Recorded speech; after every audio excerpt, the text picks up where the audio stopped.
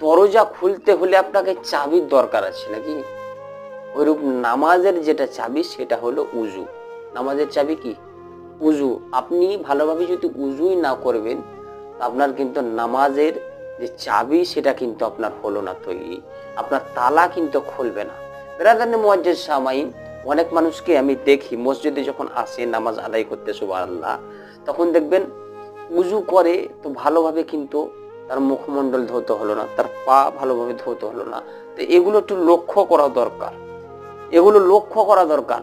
কেননা উজু যদি আপনার ভালোভাবে না হয়, নামাজ আপনার হবে না, মসজিদে আসাটা আপনার বেকার হলো। অতএব ব্রাদারনে মুয়াজ্জিজ সামাইন, উজু যখন করবেন, মসজিদে আসবেন, উজুর দিকে লক্ষ্য রাখবেন কোন অঙ্গ প্রত্যঙ্গটা আপনার ধৌত হলো কি হলো না।